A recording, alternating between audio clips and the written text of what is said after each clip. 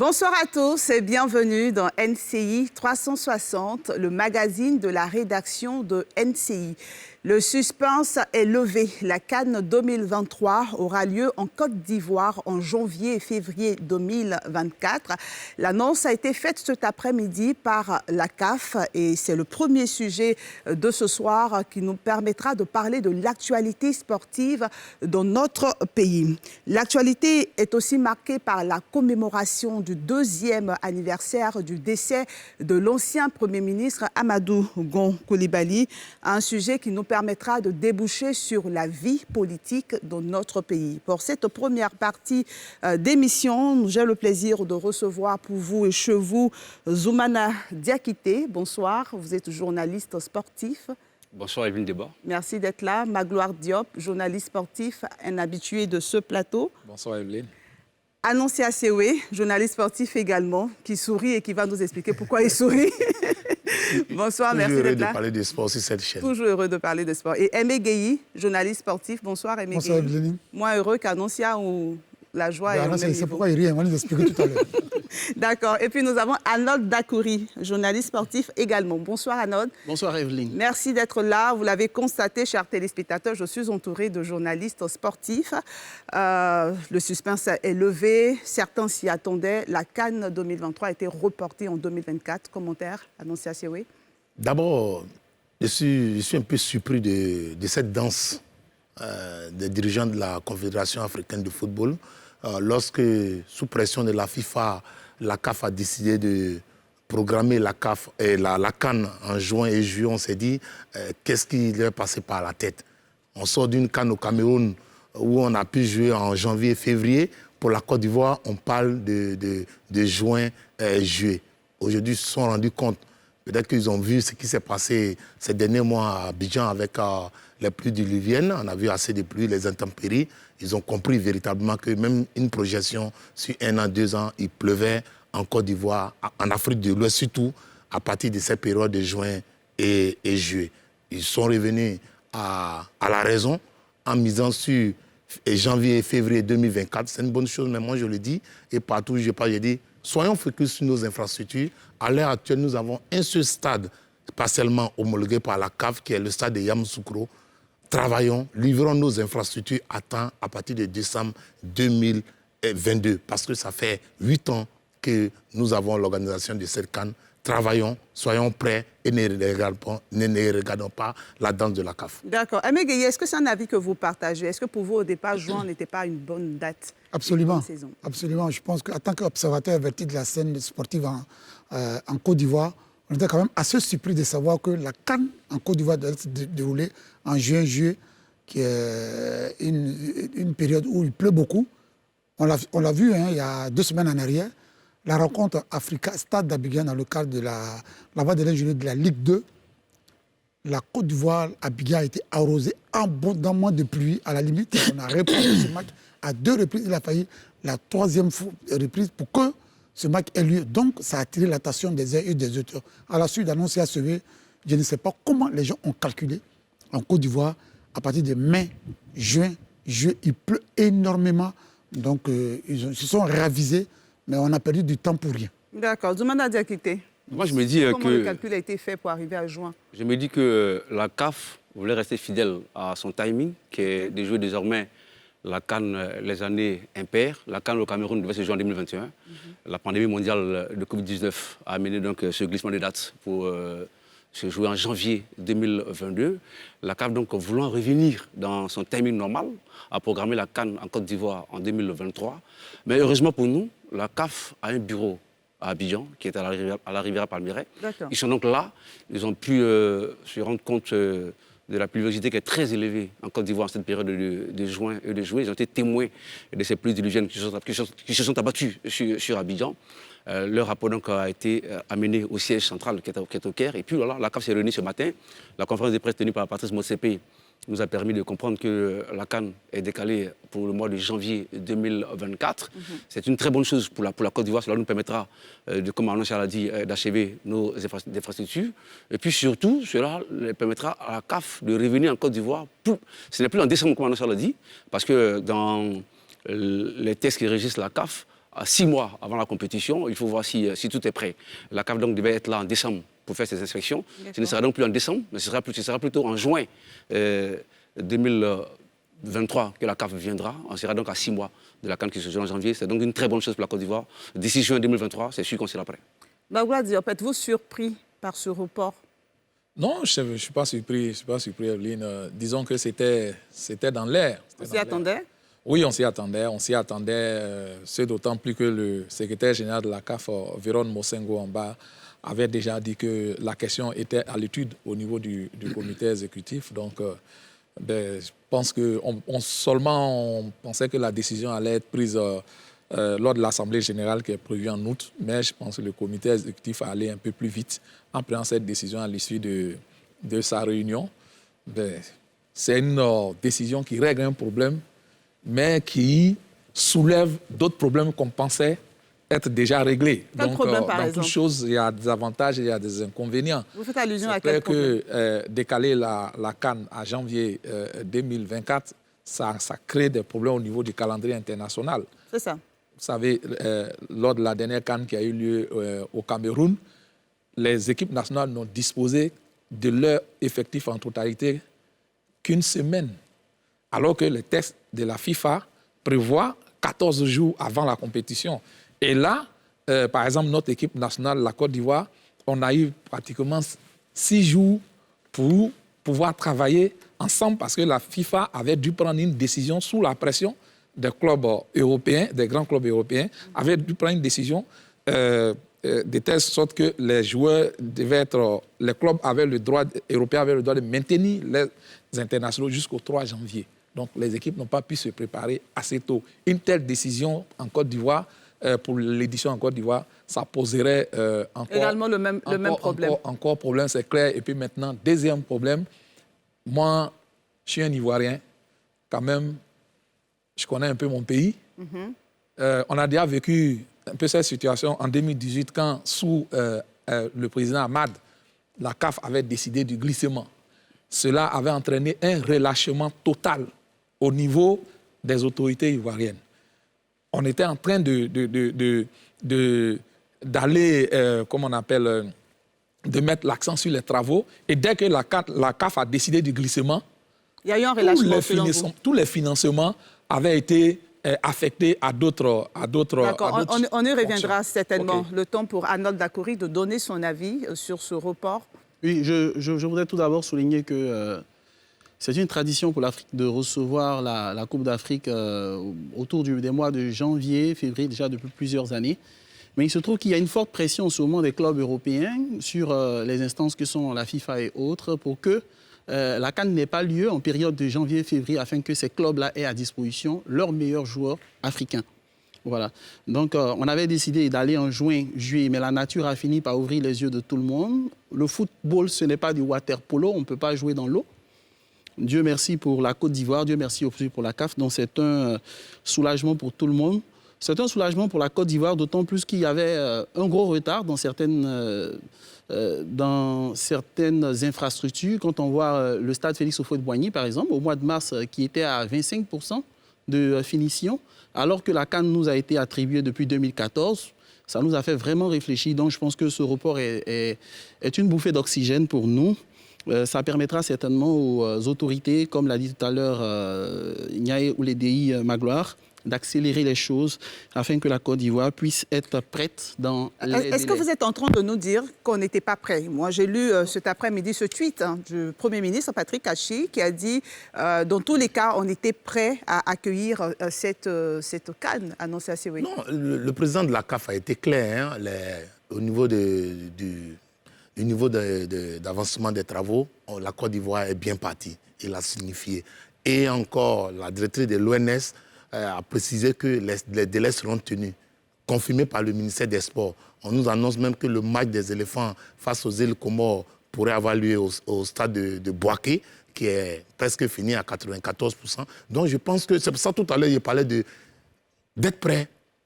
Dès décembre 2022, livrons nos stades, pour que tout le monde soit dans le timing. Donc pas de relâchement. Donc il n'y a pas de relâchement, mais les autorités disent, même le Premier ministre, comme vous l'avez souligné, a dit on était prêt à accueillir l'Afrique en juin, juillet 2023. C'est pour dire que les financements sont prêts, les travaux vont se poursuivre pour que nous puissions avoir nos infrastructures prêtes à partir de décembre 2022. Je pense qu'il faut tenir les délais, ne pas basculer, pour ne pas qu'il y ait un relâchement. Arnold, d'accord. Oui, le X, c'est que les travaux étaient en train d'être faits dans la précipitation, puisqu'il y a le délai de décembre. Dans la précipitation. Dans la précipitation, Ah bon? il y a le délai de décembre qu'il faut respecter. Donc, Qu'est-ce qui vous fait dire que c'est dans la précipitation? La CAN nous a été attribuée en 2014. Le stade Houphouët-Boigny en mars, je répète cette information, en mars, selon les chiffres de l'ONS, l'Office national du sport, nous étions à 25%. Donc, de mars à décembre, on devait finir les 75% restants pour atteindre 100%. Ça veut dire qu'on allait précipiter les choses. Donc, le fait de glisser cette date jusqu'à janvier nous donne suffisamment de temps pour mieux préparer nos infrastructures. D'accord. Magloire Diop, puis ensuite, Oui, Zoumana moi, Diakité. c'est là un peu mon regret. Parce que la date de juin 2023 maintenait la pression sur les autorités ivoiriennes. Et en leur donnant 6 mois de plus, comme je le dis. Mais il n'y a pas que les autorités ivoiriennes dans cette histoire, c'est toute l'Afrique qui est concernée par la compétition. Oui, toute l'Afrique est concernée par la compétition. La CAF, c'est sa compétition, elle décide. Je suis d'accord avec ça. Maintenant, moi, j'exprime mes craintes. Première crainte, la libération des internationaux, qui constitue l'essentiel de nos effectifs, en tout cas les grandes sélections africaines.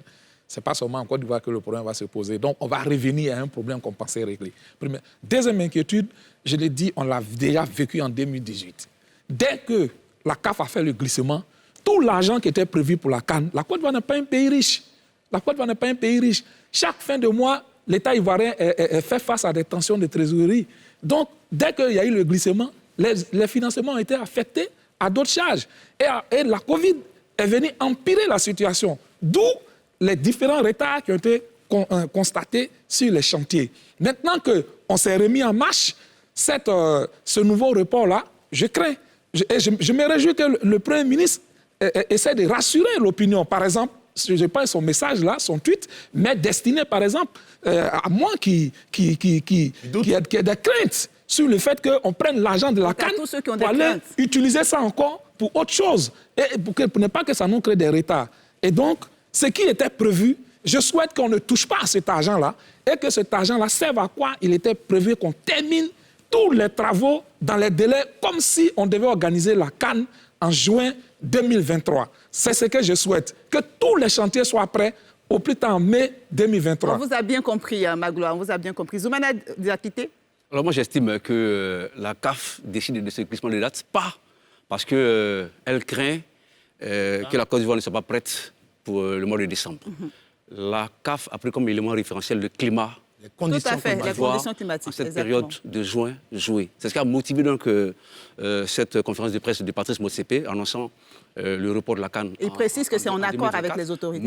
Mais maintenant, il faut le dire, c'est une situation qui nous arrange parce qu'on bénéficie d'une marge plus importante. Au lieu de terminer nos travaux en décembre, on a la possibilité d'aller désormais jusqu'en juin 2023. Au lieu de 6 mois, on a désormais 12 mois pour achever nos travaux. Mais comme Magloire le dit, il ne faut pas donc ralentir les travaux. Quand on passe devant le stade Houphouët-Boigny, on a quelques inquiétudes. On espère que les autorités vont mettre l'accent sur l'avancement des travaux pour que véritablement, au mois de juin, sinon en décembre, comme le dit Annoncia, on soit véritablement prêt et puis au plus tard, en juin 2023, que tout soit livré.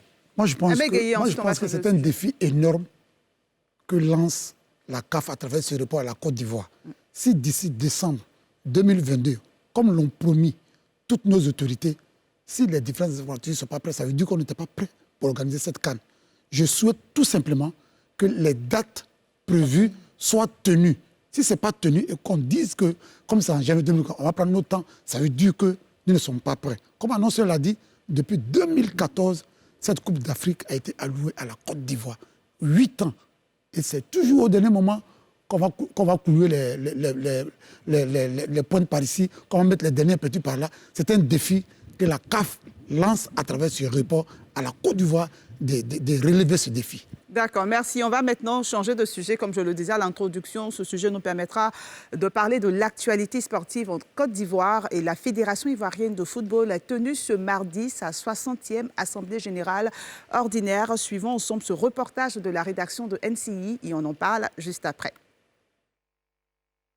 Cette assemblée générale, conforme aux dispositions statutaires de la FIF, s'inscrivait dans le processus de mise en conformité avec les textes de l'association entamé depuis la prise de fonction du nouveau comité exécutif, l'objectif étant de revenir à la normalité. C'est la première étape, donc c'est la fin de la normalisation. Et donc ce quitus nous laisse donc ce que nous savons tous, une dette de 5 milliards. Et donc le reste c'est à nous de gérer. Je pense que nous allons le faire. Ensuite, nous avons mis en place les commissions juridictionnelles. Nous avons aussi élu le commissaire aux comptes pour les 3 prochaines années. Ça a été aussi, ça s'est bien passé. Et nous avons intégré au comité exécutif, accueilli 4 nouveaux membres sur les 5 qui étaient prévus, qui sont venus aussi donc, nous rejoindre. En gros, nous sommes dans notre marche de, je dirais, mise à niveau de la Fédération ivoirienne de football. Au-delà du quitus accordé à la gestion de l'exercice 2020-2021, de l'élection de certaines instances dirigeantes et de l'adoption du projet de budget 2022, cette rencontre a surtout été marquée par la confirmation de la décision du comité exécutif relative à la non-tenue des matchs de barrage pour la montée en Ligue 1. Premier élément, c'est que la saison s'arrête le 30 juin. Et ça, ce n'est pas notre décision à nous. C'est une décision qui a été prise par la normalisation avant notre arrivée. Deuxième élément, le terme de cette saison donc, a été, je dirais, figé dans le marbre par l'inscription de toutes nos équipes à ce qu'on appelle FIFA Connect. Cette 60e Assemblée générale de la FIF s'est tenue en présence du directeur de cabinet du ministère des Sports, qui représentait le ministre Claude Daon-Paulin à ses assises, qui a réaffirmé l'engagement du ministère à accompagner la FIF dans toutes ses actions du développement du football ivoirien. Alors, messieurs, vous avez tous suivi cette Assemblée générale de la FIF. Le président a parlé de décisions pour permettre à la FIF de remettre en marche les choses. Quel est votre commentaire, notamment sur les... Il y a beaucoup de décisions qui font débat, annoncées à Séoul. D'abord, il faut souligner que les clubs se sont retrouvés. Ils étaient 81, toujours sont les mêmes 81 qui sont dans 76 clubs et 5 groupements d'intérêt. Ils se sont retrouvés. Ils ont parlé. Et avant cette assemblée, il y a eu une décision du comité exécutif qui a parlé relative à la saison sportive 2021-2022, qui a décidé au niveau de la promotion et de la relégation qu'il n'y aura pas de descente et de montée pour toutes les ligues, disons la Ligue 1, la Ligue 2, la D3 et la division régionale et district n'ont pas été touchés. Donc, tous les clubs, les 14 clubs de Ligue 1 restaient, même les derniers. Et je pense que c'est ce qui a choqué. Moi, ça m'a choqué. Je n'ai pas compris cette décision. Je me suis dit, selon les tests de la Ligue de football professionnel, les 2 derniers descendaient et les 2 premiers de la Ligue 1, de la Ligue 2 montaient, accédaient dans l'élite. Il s'est trouvé qu'il n'y avait pas un mode opératoire pour désigner, puisque le président a parlé de 16 clubs en Ligue 1 pour la saison prochaine. Ils n'ont pas trouvé de mot. C'est le comité exécutif qui a pris sur lui de ne pas faire descendre 2 clubs, les derniers. Ça crée au moins beaucoup de remous au sein de l'opinion. Mais les 81 sont restés des marbres. Il n'y a qu'un seul club, Yamoussoukro FC, qui a son président, Diaby Moussa, qui a posé un préalable réfuté par le président de la Fédération ivoirienne de football, qui l'a remis dans les divers. Il n'a pas eu de soutien de ses pairs. Il était le seul à se battre pour dire qu'il faut une assemblée générale extraordinaire pour désigner, pour trouver le mot de montée et de promotion. Il a sauté les barrages parce que son club a terminé 2e de sa poule devant l'Africa, la poule B.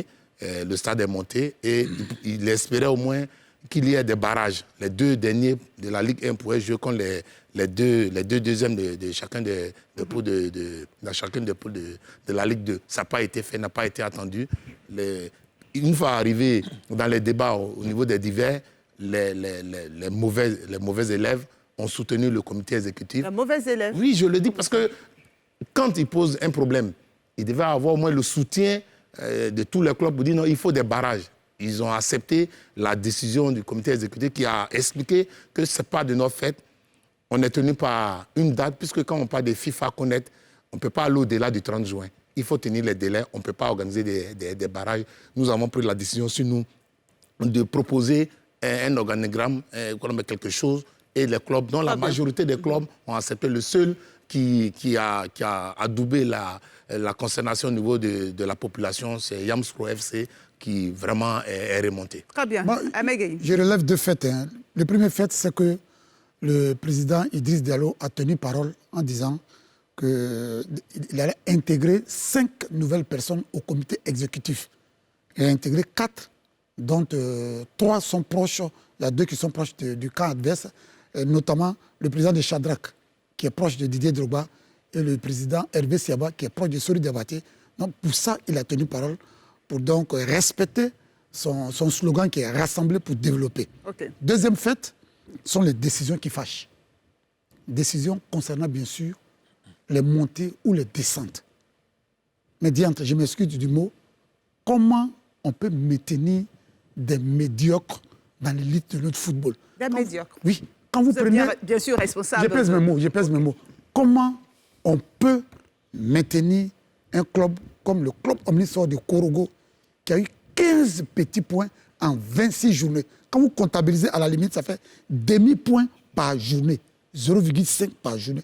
15 points. Il a dit qu'ils étaient tenus par le temps.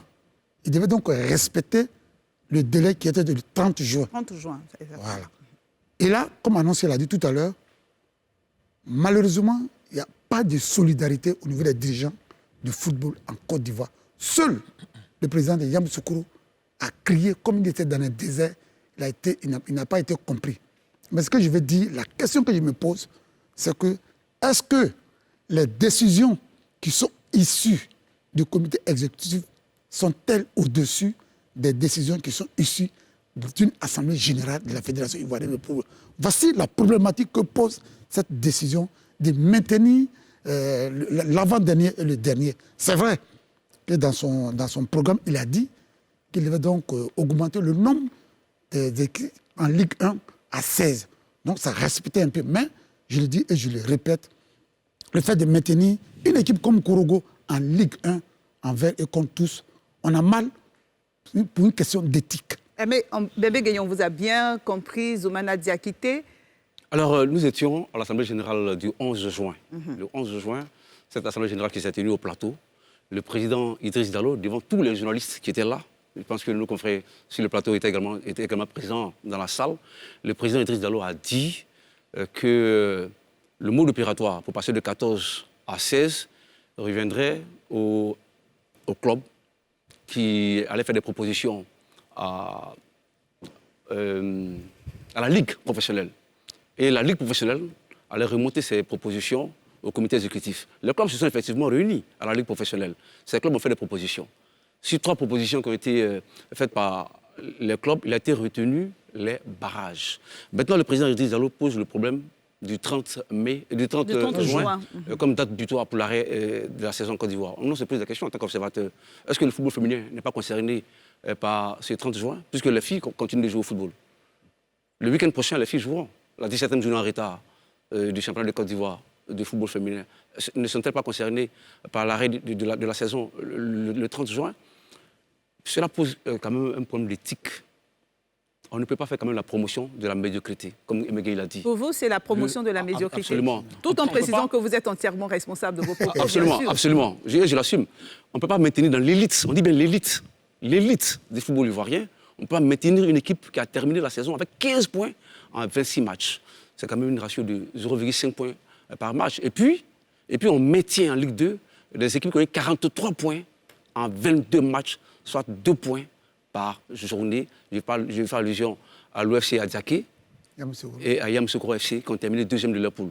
Si on veut passer de 14 à 16, il aurait été plus acceptable de faire monter les deux premiers de chaque poule, et puis faire descendre les 2 derniers. Et puis regardez un peu l'écart entre l'Asie d'Abengourou, qui est 13e, et le Sokorogo. L'Asie d'Abengourou a 26 points. le Sokorogo à 15 points. Cela montre le niveau très bas du Sokorogo. La SEC Mimosa termine la saison avec 67 points. Derrière la SEC Mimosa, on a le Sporting Club de Gagnoac à 52 points. Entre la SEC et Gagnoac à 15 points, ce qui équivaut au total des points du Sokorogo. Pour moi, pour une promotion de notre football, on doit permettre au Sokorogo d'aller quand même en Ligue 2. Arnold Dakori et ensuite Magloire Diop sur ces nouvelles décisions. J'ai un véritable problème avec la communication de la FIF que je ne comprends pas trop. Sur un certain nombre de décisions comme ce communiqué du comité exécutif de la FIF qui vient après la décision de l'Assemblée générale. Le communiqué est signé du 23 juin 2022. Le match Stade Africa a eu lieu le 24 juin. On finit le match Stade Africa et après, dans la nuit, on voit un communiqué qui dit qu'il y a une décision qui a été signée à la veille, qui nous dit voici le mécanisme de promotion et de relégation. Donc, quel que soit le résultat, quel que soit le rang, quel que soit le point que les équipes qui ont terminé deuxième de Ligue 2 auront, elles ne pourront pas accéder à la Ligue 1. Comme mes confrères l'ont dit tout à l'heure, ça pose un problème d'équité, mais au-delà, la FIFA aujourd'hui un réel problème dans sa communication. Et ça, c'est quelque chose que l'équipe de M. Idriss Diallo doit souligner. En même temps, il y a la suspicion qui est tout à fait légitime. Quand on voit la suspicion de qui? Oui, la suspicion du président de la FIF sur ces décisions qui laisse lieu à beaucoup de suspicions. Pourquoi? Parce que quand on voit que le numéro 2 de la Fédération ivoirienne de football, Malik Toé, est membre d'honneur du club omnisport de Korogo qui a terminé dernier, le président de Bouaké FC, Issa Diabaté, est un élément incontournable du bureau du comité exécutif du président Idriss Diallo. Et ces décisions-là sont favorables à ces clubs-là. Est-ce que vous voulez dire clairement? Oui, ce que je veux dire clairement, on a le sentiment que ces décisions-là sont favorables à ces clubs qui lui sont proches. Si la décision du 23 juin avait été annoncée réellement le 23 juin, ou peut-être même plus avant, ça allait enlever toute suspicion sur les uns et les autres. Mais on ne peut pas attendre de finir un match aussi décisif et venir publier une décision qui, dit-on, a été signée avant. OK, d'accord. Magloire Diop. Oui, Evelyne. On vous a vu sourire un peu pendant l'intervention des autres. On a parlé du club du président Malik Toé qui est dernier de la Ligue 1. Bon, comme quoi être dernier, ce n'est pas seulement les autres. Ce que je voulais dire, le président Idriss Diallo, au cours de sa campagne, il a vraiment laissé entendre qu'il n'avait absolument rien à voir avec le GIS. Et donc, moi, naïvement, je me suis laissé prendre au jeu, je me suis laissé à croire que si jamais il venait, on allait voir de nouvelles personnes dans le football ivoirien, on allait avoir une nouvelle manière de gérer. Et donc, on allait sortir de certaines situations qu'on avait l'habitude de voir. J'avoue que pour le moment, j'ai un sentiment très mitigé parce que je lui accorde encore, comme on appelle, des circonstances atténuantes. Parce qu'il est venu. Et qu'est-ce qu'on voit autour de lui? Quand vous regardez tous les postes clés, ce sont les membres du GIS. Ça veut dire que lui-même, M. Idriss Diallo, mais quand il dit qu'il n'était pas dans les GIS, mais à travers tout ça, on a l'impression qu'aujourd'hui, il était le chef de file de cette équipe-là. Et je ne comprends pas pourquoi il n'a pas assumé alors que les autres assumaient. Donc, je me sens un peu trompé par ce discours qui a consisté à dire que je n'ai rien à voir avec le GIS. Et une fois au pouvoir, on voit que quand il est assis, tous ceux qui sont autour de lui, c'est le GIS. Prenez même l'équipe nationale. Tous les joueurs, les anciens joueurs qui ont été appelés au sein de l'équipe nationale, c'est qui? Et tous, ils ont milité au GIS. Et tous. Il n'y a pas une seule nouvelle tête. Et pourtant, dans le comité exécutif de M. Idriss Diallo, il y a de nouvelles têtes, il y a des cadres. Il y a par exemple le DG des impôts. Mais quel rôle il joue celui-là? Jusqu'à présent, on ne le voit pas. Mais qui on voit en première ligne? C'est ceux-là même qui ont fait le combat du GIS. Donc, je ne suis pas étonné que quand ils prennent la décision de la promotion-relégation, qu'on ait le sentiment qu'il est privilégié des clubs qui ont milité au GIS. Ça, c'est clair, c'est net. Nous, on fait le constat. On peut vous les citer. Il a parlé de c'est votre opinion, ça demeure votre avis. Hein, il a parlé du Sokorogo, il a parlé de Bouaké FC qui était avant-dernier. Bon, après, ils sont sortis. Mais l'avant-dernier, c'est toujours que c'est l'Azid Abengourou, qui est aussi sauvé, qui est pro-Idriss Diallo, qui est aussi sauvé. En Ligue 2, là aussi où on n'a pas voulu qu'il y ait des relégations, je ne sais trop pourquoi, mais il y avait des clubs comme Sirocco, il y avait des clubs comme Espérance de Boaké, dont le président est membre du comité exécutif. Donc, tous ceux-là, ils ont été sauvés. Et quand le président Yamoussoukro FC a posé le préalable et qu'il a pris la parole à l'Assemblée générale, mais il y a eu une sorte, comme on le dit, de défense en ligne contre lui, On a bien compris, qui a été constituée par ces clubs-là, comme on appelle proches de M. Idriss Diallo, et qui ont milité au GIS. Et donc, les autres, étant vraiment fatigués de se battre, aujourd'hui, ils sont comme... ils ont vraiment baissé la garde, ils ont baissé les bras. Et donc, aujourd'hui, M. Idriss Diallo et son équipe sont en territoire conquis. Et ils font ce qu'ils veulent. Et il n'y a que nous, les journalistes, pour parler. Mais c'est notre rôle aussi de relever certaines incongruités. Et je dis que je maintiens cette décision de ne pas faire reléguer des clubs, aussi bien en Ligue 1 qu'en Ligue 2, c'est une mauvaise décision. Très bien, parce qu'elle a mené à faire passer la Ligue 2 à 26 clubs. Merci. L'année prochaine, dans une poule, 13 clubs pour une place. Ça sera terrible. Ce n'est pas gagné pour l'Africa Sport.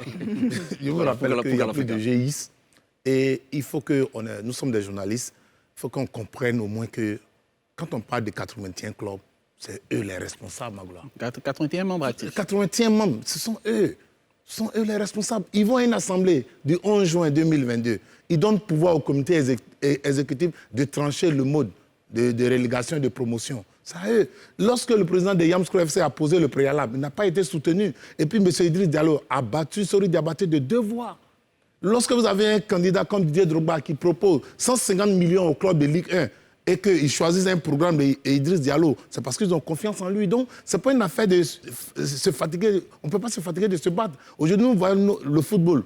Quand vous avez les joueurs de Sio Korogo, où le président parle de joueurs syndicalistes, certains joueurs ne sont pas payés. C'est un problème c'est un problème de gouvernance et de gestion au niveau du football ivoirien. Il y a un problème véritable, Magloire. Ce sont les 81 qui décident. Vous avez 400 clubs amateurs qui ont les licences au niveau de la fédération, qui ne votent pas, qui ne décident de rien. On est cantonné à 81 membres. C'est ça le véritable problème. Aujourd'hui, toujours quand je vais sur les plateaux de télévision, je me bats pour que l'État de Côte d'Ivoire... Savez-vous, quand l'équipe, la SEC va jouer la Coupe africaine, elle sera financée par l'État de Côte d'Ivoire, par le contribuable ivoirien. Toutes les sélections ivoiriennes sont financées par l'État de Côte d'Ivoire, par nos impôts. C'est nous qui payons. Mais pourquoi l'État ne peut pas prendre aujourd'hui, mettre sur pied une direction nationale de contrôle de gestion pour voir au niveau des finances? On va donner 100 millions à un club comme Sio Korogo, mais les joueurs seront maltraités. Qui les contrôle? Le président de la fédération ne peut pas tout faire. Lorsqu'il fait une proposition, quand on arrive en assemblée générale, est-ce qu'on a pris des calaches pour mettre sur la tête de ces dirigeants de club? Il pouvait dire non. Il est le seul aujourd'hui à se battre pour dénoncer cette décision de non-barrage. Mais il faut qu'on le dise. Ils sont là, ils sont les 81. Donc nous, on va bavarder, mais on ne peut pas faire des palabres par procuration. À la place des 81. À notre oui, ce que je veux dire, le problème que ça pose, l'écart entre la légalité et la légitimité. 81 membres actifs ont beau prendre une décision qui est loin d'être légitime, qui est loin de l'équité. On ne peut pas aujourd'hui protéger des clubs qui sont proches d'un président, empêcher ces clubs-là de descendre, parce qu'on se retrouve dans une sorte de club d'amis. Et puis, au même moment, on ne prend pas une décision favorable aux clubs qui sont en Ligue 2. Quand on connaît les difficultés de la Ligue 2, Yamoussoukro FC a fait un parcours fabuleux. On aurait pu permettre à cette équipe de Yamoussoukro d'au moins jouer un barrage. On ne va pas nous dire qu'aujourd'hui, l'argument du 30 juin est valable, puisqu'il y avait la possibilité aujourd'hui pour la FIF, la possibilité aussi du moins pour la FIF, de demander une requête auprès de la CAF pour pouvoir tenir ces matchs de barrage-là, afin que le jeu soit très ouvert pour permettre aux clubs de Ligue 2 qui ont terminé deuxième d'avoir une chance comme ça se fait ailleurs. D'accord. Il y a un club qui est touché, il y a l'Africa Sport qui est touché par cette mesure, qui a fait un communiqué sur sa page Facebook et qui refute cette assertion du communiqué de la CAF. Quel est votre commentaire sur ça? Zoumana, ensuite Magloire Diop. L'Africa Sport d'Abidjan était donc dans ses droits de contester ce communiqué de la Fédération ivoirienne de football. Comme Dakori l'a dit, il y a eu ce match anecdotique, Africa Sport d'Abidjan, Stade d'Abidjan. Ce match s'est joué le 24 juin dernier. C'est au soir de ce match, tard dans la nuit, que le communiqué de la FIFA est sorti, parce que l'Africa avait été vaincu par le stade d'Abidjan. Alors l'Africa est dans ses droits de se demander si le score avait été autre. Si c'est l'Africa qui avait battu le stade d'Abidjan, parce que n'oublions pas, aujourd'hui on parle, mais il faut qu'on le dise. Le président du stade d'Abidjan, M. Sidibé Souleymane, il est le deuxième vice-président de la Ligue professionnelle. Ça aussi, il faut qu'on le dise. Donc il est décideur au niveau de la FIFA. Et quand cette décision tombe tard dans la nuit, un communiqué signé la veille par le directeur exécutif de la fédération, ben, que personne n'a vu. Et c'est après le match Stade Africa que ce communiqué est rendu public. L'Afrique est en droit de se poser des questions et de contester ce communiqué. Magloire Diop. Oui, Evelyne, je serais tenté de dire que c'est bien fait pour l'Afrique. Pourquoi? C'est un club qui me déçoit, mais énormément. Parce que je considère qu'il y a deux grands clubs en Côte d'Ivoire. Les deux plus grands clubs en Côte d'Ivoire, c'est l'ASEC Mimosa et l'Africa Sport. Et pour moi, l'Africa Sport doit toujours agir comme une antithèse de l'ASEC Mimosa. Là où est l'ASEC Mimosa, l'Africa doit être à l'opposé. Et il faut qu'il y ait la même force. Mais ce à quoi nous assistons aujourd'hui, c'est quoi? Mais l'ASEC est maître du jeu, est maître du territoire, parce qu'aujourd'hui, l'Africa Sport, mais excusez-moi, c'est une coquille vide aujourd'hui. Ce n'est plus un club qui compte en Côte d'Ivoire, qui n'a même plus de force. Voici un club dont les dirigeants, après les élections, ont dit qu'ils ont voté. C'est un peu fort, Magloire. Les dirigeants ont dit que... Je vous explique. Les dirigeants ont dit qu'ils ont voté M. Didier Drogba à l'élection. Ouh là là. Ouh là là. Juste après l'engouement, autour des listes de Sassandra, c'est là qu'ils viennent dire, nous aussi on a voté Didier Drogba, mais attendez, l'Africa Sport ne doit pas avoir honte, il ne doit pas avoir peur de s'afficher à côté de quelqu'un, de mener un combat. C'est ce qu'on attend de l'Africa Sport. Si tant est que l'Africa Sport épousait les idées de Didier Drogba, il aurait fallu que l'Africa soit derrière Didier Drogba. Et je vous l'assure, si l'Africa ne s'était pas joué les neutres et avait pris ouvertement parti pour Didier Drogba, ils auraient eu du soutien. Le soutien que n'a pas eu Yamoussoukro FC, l'Africa aurait eu ce soutien-là. Et je ne pense pas que le président de la FIFA et son équipe auraient tenu. Ils auraient reculé. Mais comme aujourd'hui, l'Africa Sport est devenu un petit club, donc on joue à l'Africa Sport et on arrive à une telle décision. Qui est très passionné mais ce en soir. même temps, Oui, mais en même temps, il faut le dire, c'est vrai que l'Africa a son droit, comme l'a dit Zoumi Diakité, de prendre un communiqué et de donner son avis, mais en même temps, sur le plan technique des résultats, l'Africa a terminé 3e de sa poule, s'il vous plaît. L'Africa aurait battu sur le terrain le stade d'Abidjan, qu'on n'aurait pas dit tout cela. On n'aurait pas eu besoin de faire ce débat. Oui, parce que sur le terrain, l'Africa, quand vous avez vu le match... L'Africa perd contre le stade dans quelles conditions? Quand vous voyez le match Stade Africa, sur le plan des deux effectifs, il n'y a pas photo. Ce match, on le joue plusieurs fois avec les mêmes acteurs, mais le stade bat l'Africa sur le terrain parce que sur le plan technique, le stade avait de la valeur. Le stade avait des joueurs qui étaient frais, contrairement à l'Africa Sport, qui avait un peu quelques joueurs qui étaient... Non, je vais dire que pour revendiquer aussi, là, il faut l'Africa, sur le plan du jeu face au stade, ce jour-là, il n'y avait pas mieux de sa performance. Ah non, ça c'est oui. Vous voyez ce qui est marrant souvent dans le football ivoirien, souvent les intérêts priment sur, c'est-à-dire la logique. Avant l'opposition de la 22e journée, Africa Sport d'Abidjan, Yamoussoukro FC, les dirigeants de l'Africa ont soutenu, détenu un dossier en béton. Et ils lorgnaient la 2e place. Après la défaite, comme le dit Ayopo Ouamé à Djamé, ils sont tombés en brousse. Mais aujourd'hui, qu'est-ce qu'on doit expliquer? Qu'est-ce que veut dire la décision FIFA connaître, c'est quoi? Les licences sont enregistrées par les clubs à travers ce mécanisme. Et on parle de, selon les précisions du comité exécutif, on ne peut pas aller au-delà parce que c'est une question d'assurance. Mais lorsqu'on est arrivé en Assemblée générale, que le président de la fédération a dit, voici le courrier en question, est-ce que les clubs ont été convaincus? Oui, le seul qui est resté unique et focus sur sa démarche, c'est le président Diaby, que je salue au passage, qui dit, nous allons aller jusqu'au bout. Ce dimanche, il a réuni les supporters de Yamoussoukro FC pour dire nous allons nous battre, dénoncer ce qui se passe. C'est vrai, l'espoir est mince, mais nous allons nous battre. Mais l'Africa est où? Ils visaient la 2e place. Ils avaient un dossier en bouton. Donc les gens se battent pour les intérêts. Et aujourd'hui, tout le monde est surpris par cette décision. Mais la majorité des clubs l'ont adoubé. Qu'est-ce que nous pouvons faire? Zoumana Diakité. Je veux revenir sur les propos de Magloire Magloire Diop. L'Africa Sport d'Abidjan aujourd'hui est une équipe qui est en train de se doter de statut, une équipe qui est dirigée par un grand monsieur, qui est M. Kyotia Narcisse, qui, ne l'oublions pas, a été quand même à la Fédération française de football. Il est arrivé, il a pris l'Africa Sport d'Abidjan dans des conditions difficiles que tout le monde sait. Le début de la Ligue de Côte d'Ivoire, l'Africa a commencé la saison après tout le monde, parce que le président venait d'être élu. Les joueurs qu'il trouve en place avaient été déjà recrutés. Il n'a pas eu l'occasion de recruter des joueurs.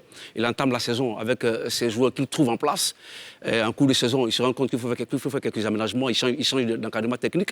Aujourd'hui, l'Africa s'est dotée d'un siège qui se trouve à la rivière Bonomé. Un siège où se trouve logée la cellule de communication de l'Africa Sport d'Abidjan à travers son journal qui paraît chaque jeudi, à travers sa radio qui émet en streaming, à travers sa web TV que les confrères... Tout ça, pour vous, ça fait de l'Africa Sport en... Non, je viens. Tous les confrères sur le plateau ont la possibilité quand même de voir les caméras de l'Africa Sport d'Abidjan en train de filmer. On peut venir s'asseoir sur un plateau de télévision, dire que l'Africa est un club désordonné. J'ai dit non. Mais l'Africa a plutôt été victime d'injustice, et je m'explique. Mais l'Africa n'est pas fort. Je m'explique. Mais c'est qu'elle est victime d'injustice. Je l'ai dit. On va le laisser terminer. Je l'ai dit et je le répète. Merci, on va le laisser terminer. Je le répète, le président du Stade d'Abidjan est le deuxième vice-président de la Ligue professionnelle de football. La Ligue de Côte d'Ivoire fait partie de la Ligue professionnelle. La programmation des matchs du Stade d'Abidjan se faisait après ceux de l'Africa Sport d'Abidjan. Donc, quand l'Africa dit l'Indochine en béton, c'est tout ça. Mais est-ce que ça joue sur justement, la performance de l'Africa sur le terrain ? Deux équipes qui sont à la course pour la montée. Deux équipes dans la même poule qui lorgnent le même objectif. Et quand l'une de ces équipes joue avant l'autre, c'est forcément défavoriser l'autre.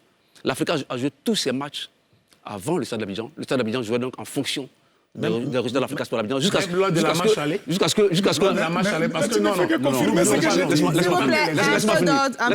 Laissez-le terminer en 5 secondes. Jusqu'on arrive dans la partie cruciale où la fédération a été obligée de jouer les matchs au même moment. Mais en temps, le Stade d'Abidjan avait eu l'occasion de prendre de l'avance sur l'Africa à travers donc, ces matchs qui étaient programmés après annoncez rapidement et ensuite Arnold Dakory. Il a dit tous les matchs. L'élection de M. Idriss Diallo a eu lieu le 23 avril. Et il a pris la fédération en mai. La saison s'est déroulée de la Ligue 2. Donc, véritablement... Mais après l'élection du président... Après l'élection du président Idriss Diallo, on a tous la programmation des matchs. Merci, Zoum Diakité. On va écouter la programmation des matchs. On va écouter Annoncia. Tu as regardé les joueurs de l'Africa. Atia, ils n'ont pas le niveau. Ils n'ont pas le... Et puis d'abord, ils ont joué une finale face au Stade d'Abidjan. C'est là qu'il fallait gagner le match. C'est là qu'il fallait gagner le match. Dans quelles conditions l'Africa fait comme le Stade ? Les conditions, il a plus. On va s'écouter. Il n'a plus même. Non, laissons-la plus de côté. On va s'écouter sur ce plateau pour mieux se comprendre. Avec 2 matchs pour monter en Ligue 1. Ils ont manqué le coach face au Stade d'Abidjan. Ils lorgnaient une seconde place avec un dossier en béton. Ils ont été battus par Yamoussoukro FC. Ils ne soutiennent pas ce club aujourd'hui. Pour donner, comme Magloire l'a dit, l'Africa, c'est une coquille vide. Aujourd'hui, un club qui est né sa naissance, c'est depuis 1947, qui se cherche à Abidjan, qui se promenait même à Abidjan pour s'entraîner. Aujourd'hui, non, je sais, Serkei, Kyotia Nassé, on l'appelle Serkei, il jouait, c'est un garçon... C'est un peu fort quand même, Serkei. C'est son surnom, le surnom de Kyotia. Autant où il jouait. Mais ce que je veux dire... Ils sont en train de restructurer le club. On est d'accord avec ça. Mais pour le moment, là... Pour le moment, c'est qu'on voit à tout. D'accord, rapidement. Ce que je veux dire rapidement, je ne vais pas être trop long. Il y a eu Africa Stade, le box-to-box. Il y a eu le box-to-box. Nous, on a été témoins de ce match au Stade Champeau. Lundi, ça a été programmé, il a plu. Le lendemain, ça a été programmé, il a plu. Vendredi, c'est là qu'il fallait gagner le stade pour être devant. Très bien. Tout ce que Zouma a dit. Alors, je dis, je suis d'accord avec Zoum. On va s'écouter. Je suis d'accord avec Zoum. Aujourd'hui, l'Africa, lentement et sûrement, se structure sous la houlette de Kyotia Nassé. Mais sur le plan de l'effectif, il n'y a pas photo entre l'effectif de l'Africa Sport d'Abidjan et l'effectif du Stade d'Abidjan. Arnold Dakory. Oui, au-delà de l'effectif, je veux souligner quelque chose. L'Africa a été aussi victime de son instabilité au niveau de son encadrement technique. Sur la saison 2021-2022, l'Africa a connu 3 entraîneurs. Il y a Igba Bernardin qui a commencé la saison. Ensuite, Alain Guamene est arrivé. Et puis, au dernier moment, il y a un Père Noël qui a débarqué de la France. Tossi. Il a bien commencé. Et puis, sur les 2 derniers matchs, qui étaient les matchs les plus importants, l'équipe n'a pas pu remporter ces 2 victoires-là. Donc, les joueurs sont certes à encourager pour tout ce qu'ils ont donné comme dynamisme, mais il faut qu'à ce niveau-là, les dirigeants de l'Africa réfléchissent, s'asseyent et admettent que rien ne se fait dans la précipitation. Pour bâtir une équipe solide, une équipe compétitive, ça se prépare et c'est sur une longue durée. On ne peut pas avoir 3 entraîneurs dans une même saison et attendre quelque chose de formidable. Mais pas de fatalisme, l'Africa a encore 1 an pour rebondir. C'est le temps pour les Verts rouges de se restructurer et puis de revenir en Ligue 1. Il y a eu des clubs comme la Juventus de Turin en Europe qui sont descendus mais qui sont remontés. Tout est une question d'organisation. Si l'Africa s'organise comme les clubs les plus structurés ici en Côte d'Ivoire, il n'y a pas de raison que l'Africa remonte la saison prochaine. On va vraiment, s'il vous plaît, s'il vous plaît, non, s'il vous plaît, je vais vous donner la parole. Ne vous inquiétez pas, Aimé Gueye, je distribue la parole sur ce plateau et on va allègrement vers la fin de cette première partie. Je vais donner la parole à Magloire Diop et à Zoumana Diakité pour la fin de cette première partie. Zoumana rapidement et ensuite Magloire Diop. Il ne lâche pas l'affaire. Parlant de la base des entraîneurs à l'Africa Sport de l'Abidjan, c'est vrai que l'Africa a eu 3 entraîneurs, mais les dirigeants ont estimé qu'Alain Guamene, à un moment donné, n'apportait plus la satisfaction au club. Quand vous avez 5 défaites, naturellement, on doit changer d'encadrement technique. Le président qui était en assise prend ses responsabilités. Quand on prend l'exemple de Al-Ali, avec l'entraîneur Pitso Moussimane qui remporte 2 Ligues des Champions. La 3e année, il est limogé parce qu'il n'arrive pas à remporter la Ligue des Champions. C'est cela, être responsable. Les dirigeants de l'Afrique ont estimé qu'Alain Guamene, à un moment donné, ne faisait plus l'affaire. Alors, on se sépare de lui, on va chercher Noël Tosi qui arrive et qui aligne 4 victoires du rang, avec 7 buts inscrits, aucun encaissé. C'est vrai que la dernière journée, l'Afrique n'arrive pas à battre le stade de Yamoussoukro. Mais dans quelles conditions l'Afrique perd contre le stade d'Abidjan? Ça aussi, il faut qu'on le dise. Dans quelles conditions l'Afrique perd contre le stade? Quand il y a un pré-match qui se joue lundi, qui est interrompu par la pluie. Quand le mardi, on rejoue le match qui est interrompu encore par la pluie, le match est reprogrammé vendredi, mais le bon sens aurait voulu qu'on change quand même de quatuor arbitral. La Fédération de football ne peut pas reconduire les mêmes arbitres 3 jours après. Les dirigeants savent qui seront les arbitres. Est-ce que ça joue sur le résultat, selon vous? Absolument. Le bon sens aurait voulu que le quatuor arbitral soit changé pour la 3e opposition de l'Afrique du Stade. Qui ont fait venir la pluie. Qui s'est joué 3 jours après. Merci Magloire Diop pour terminer ce premier terme. Tout ce que dit Zoumana Diakité, Zoum, tout ce qu'il est en train de dire, ça a la preuve que l'Africa est devenu un club faible. Et c'est ce que je déplore. C'est ce que je déplore. Il faut que les dirigeants de l'Africa travaillent à redonner cette lettre de noblesse à l'Africa Sport. Aujourd'hui, l'Africa parle, personne ne tremble. C'est pas normal. C'est pas normal. Par le passé, dès que, autant de tous les dirigeants, même si c'était Bailly Antoine, vous pensez que ça peut arriver? Jamais. Parce que toute la FIFA allait trembler. Toute la FIFA allait trembler. Parce que ces dirigeants de l'Africa Sport, on les traite de palabreux, mais eux, au moins, ils ont compris une chose. C'est qu'ils sont très importants sur l'échiquier du football ivoirien.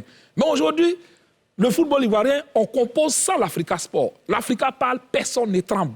Ça veut dire que c'est vrai, il y a un travail de restructuration qui est en train d'être fait, mais le chemin est encore long et il faut qu'ils travaillent sérieusement à reprendre leur place. Ce n'est pas normal que l'Africa ne soit pas dans les instances de décision, numéro 1. Maintenant, pour terminer, la Ligue 2, l'année prochaine, après la décision du comité, la Ligue 2 passe à 13 équipes par poule. Pour un seul qui monte en Ligue 1, ce n'est pas gagné. D'accord, merci. On a bien noté. Merci en tout cas d'avoir répondu à l'invitation de... L'Africa va faire une 3e saison. Merci Magloire Diop qui ne veut pas lâcher du lest. Merci d'avoir répondu à l'invitation de NCI. Il est difficile de refermer cette partie, on va dire, sportive de cette émission sans rappeler que vous aurez la Coupe du Monde en exclusivité sur la nouvelle chaîne ivoirienne. On a vu beaucoup de questions sur les réseaux. On a reçu également beaucoup de questions et tout le monde se demandait si c'est tous les matchs. Donc je précise, je rappelle, je confirme que ce sera tous les matchs de la Coupe du Monde. On fait juste une pause et on poursuit cette émission.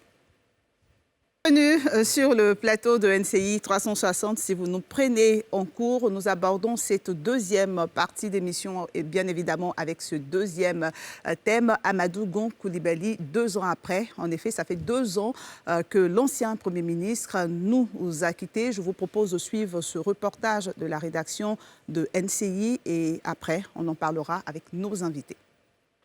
Dès demain, vendredi 1er juillet, débutent les activités commémorant l'an 2 du décès d'Amadou Gon Coulibaly, ex-premier ministre de la Côte d'Ivoire.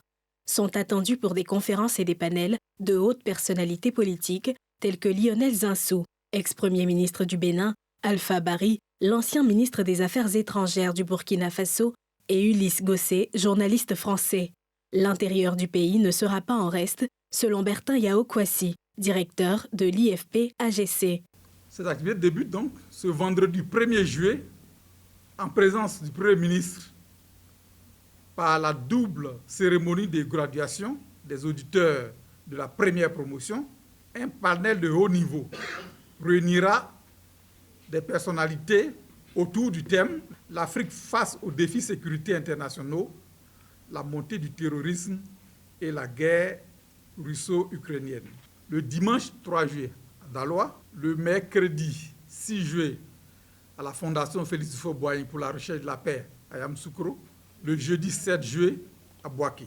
Le vendredi 8 juillet sera l'apothéose à l'hôtel Mokorogo.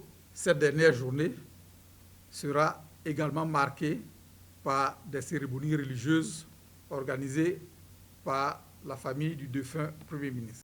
L'Institut de formation politique Amadou Gon Coulibaly est ouvert à toutes les sensibilités ou obédiences politiques. Il a pour but de contribuer au renforcement des capacités des jeunes qui veulent s'engager en politique par la formation aux outils de communication et la défense de leurs idées et convictions. La toute première promotion est forte de 160 auditeurs. Bonsoir, professeur Yao Bertin. Merci d'être avec nous. Bonsoir. Vous êtes le directeur de l'Institut de formation Amadou Gon Coulibaly. Merci d'être là. Ambroise Tétié, vous êtes journaliste. Merci également d'être avec nous. Arthur Banga, bonsoir. Bonsoir. Franck Etienne, journaliste, bonsoir. Et professeur Dion. Bonsoir. Tous, on va dire, en dehors du professeur, des habitués de ce plateau. Donc, Amadou Gon Coulibaly, 2 ans après, on s'en souvient, c'était un homme, un travailleur. C'est un homme qui a également laissé un héritage à la Côte d'Ivoire. Professeur Yao. Oui, effectivement. Au décès du Premier ministre Amadou Gon Coulibaly, nous avons remarqué que toute la classe politique nationale et même au-delà de la Côte d'Ivoire, tout le monde a reconnu les valeurs sur lesquelles reposait la vie d'Amadou Gon Coulibaly. Donc c'est unanimement que cela a été fait. Ce sont des valeurs de rigueur, de travail, d'abnégation, de don de soi et de méthode dans l'élaboration de ces dossiers. Il y avait aussi des valeurs humaines qu'il développait. La fraternité, la générosité, l'attachement à sa terre natale, à ses traditions. C'est nous faut donc pour eux. Donc c'est un ensemble de valeurs qui cherchent à être perpétuées à travers un institut qui porte son nom. Et on y reviendra certainement sur les activités de cet institut. Ambroise Tétié, en tant que journaliste, qu'est-ce que vous retenez de l'homme? La vie d'Amadou Gon Coulibaly, du Premier ministre Amadou Gon Coulibaly, on peut dire que c'est un peu l'autre Ouattara du point de vue du travail. C'est après sa mort, on découvre que c'était un brillant technocrate. On lui a découvert beaucoup de qualités après sa mort, notamment sur le côté de la générosité, parce que de son vivant, on le présentait un peu comme quelqu'un de très dur, quelqu'un qui était quasiment inaccessible, qui faisait barrage entre le président Ouattara et lui, et les autres, et le public. C'était un peu comme un fusible entre le président et le public. Donc, il meurt, on découvre l'autre Amadou Gon Coulibaly, tout le monde chante ses éloges, on le présente comme quelqu'un qui soutenait beaucoup de personnes dans le silence, dans le secret. Et voilà, donc on peut dire que c'est quelqu'un qui avait plusieurs personnalités en une. Donc, c'est un homme qui a quand même marqué la Côte d'Ivoire, on peut le dire, du point de vue du travail, surtout du point de vue du travail. Parce qu'on l'a connu vraiment comme un grand technocrate. Et ça, tout le monde, ça, c'est la chose qui m'a le plus frappé à mon niveau. Et tout le monde l'a reconnu. Il était très grand bosseur. On dit il avait un esprit de synthèse vraiment hors du commun. Il écoutait. Et ceux qui ont parlé, il y a eu des anecdotes. Il t'écoute, il fait comme il ne t'écoute pas. Mais après, il te ressort tout ce que tu as dit de manière synthétique. Donc, la Côte d'Ivoire reconnaît, après sa mort, qu'on a perdu quelqu'un. Ouais, on a perdu quelqu'un de très important de son vivant. Il était presque effacé, mais c'est sa nature aussi. On peut dire un peu de lui qu'il a les défauts de ses qualités, en même temps qu'il n'apparaissait pas comme quelqu'un de très ouvert. Après, on apprend qu'il était très généreux, C'était très ouvert. Voilà. Achour Banga, Amadou Gon Coulibaly, c'était un bosseur, hein, tout le monde le reconnaît. C'est la première fois en Côte d'Ivoire, en tout cas, qu'une autorité de cette trempe-là meurt dans l'exercice, en même temps en train d'exercer ses fonctions. Peut-être après Houphouët-Boigny, qui est mort comme président de la République, oui, mais il est mort au combat, Amadou Gon Coulibaly. Il est mort en plein Conseil des ministres et souvent dans son entourage, certains disaient que c'était entre guillemets un fou, un staccanoviste à la limite parce que malade, il se soigne, il court pour revenir prendre ses fonctions et c'est quelqu'un qui marque l'histoire de notre pays. Pour moi, il y a deux mots qui reviennent, c'est technicité, on en parle, mais aussi loyauté. Amadou Coulibaly, oui, il avait ce rôle de fusible parce qu'il était loyal à 200% à Alassane Ouattara, qui était son mentor. Pour lui, il ne fallait pas toucher au président. Et je me rappelle de cette intervention d'un journal à la place où le chroniqueur d'un journal international disait à Amadou Coulibaly, c'est long, mais comment un jour je vais diriger alors que Ouattara, il est là. Et finalement, je termine par ça. Si on fait un peu d'Uchronie, l'Uchronie, c'est l'histoire avec des si, on se dit vraiment, et si Amadou Gon Coulibaly n'était pas mort, on aurait évité tellement de choses. Et ça, c'est un membre de sa famille, un de ses frères, qui me disait, tu sais Arthur, ce qui me fait mal, ce n'est même pas la mort de mon frère. On est arrivé à une situation où sa mort n'est rien par rapport aux conséquences qu'elle a eues sur l'évolution de notre pays. On a raté l'histoire, on a vécu des choses difficiles. Et s'il était encore vivant, il ne serait-ce que 5-6 mois en plus, on serait rentré avec plus de force dans la démocratie, plus de force dans l'histoire. N'empêche, c'est quelqu'un qui a marqué son ère par ces choses, j'ai dit technicité, loyauté. Et aussi, ne l'oublions pas, c'est un élu. Moi, j'ai toujours des admirations pour les élus. Et c'est un élu très attaché à son terroir, quelqu'un qui sent, qui respire le Sénoufo, qui respire Korogo. Et vraiment, c'était un grand homme, finalement. Franck Etienne. Je ne dirais pas plus que les uns et les autres ont déjà dit. Sauf que je voulais juste saluer le professeur et tous ceux qui ont pensé donc à créer donc l'Institut de formation politique Amadou Gon Coulibaly, parce que dans la vie, on parle souvent de la théorie de la verticalité, de l'horizontalité. Alors, créer un institut pareil et donner donc le nom d'Amadou Gon à cet institut-là, c'est le remettre, je vais dire, dans les mémoires collectives à jamais. Donc de le rendre vertical à jamais, de le maintenir debout à jamais. Parce que c'est un homme effectivement qui méritait et qui mérite rester debout à jamais parce que, comme Ambroise l'a dit, c'est vrai, c'est quasiment après sa désignation en tant que candidat donc, du RHDP, que tout le monde découvre l'autre visage de Amadou Gon. Avant, il était le fusible, il était celui qui protégeait, c'était le gardien du temple en ce moment-là. Donc il ne pouvait pas, je vais dire, s'ouvrir à un certain niveau.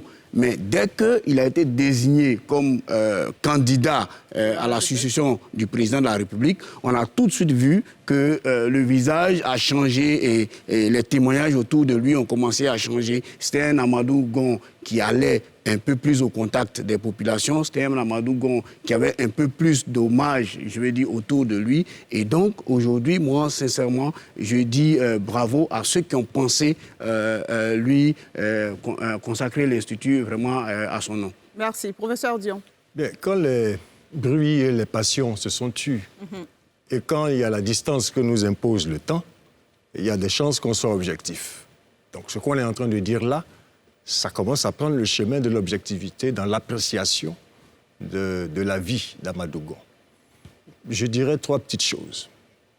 La première, c'est que tout homme politique qui a les ambitions d'Alassane Ouattara doit avoir son Amadou Gon.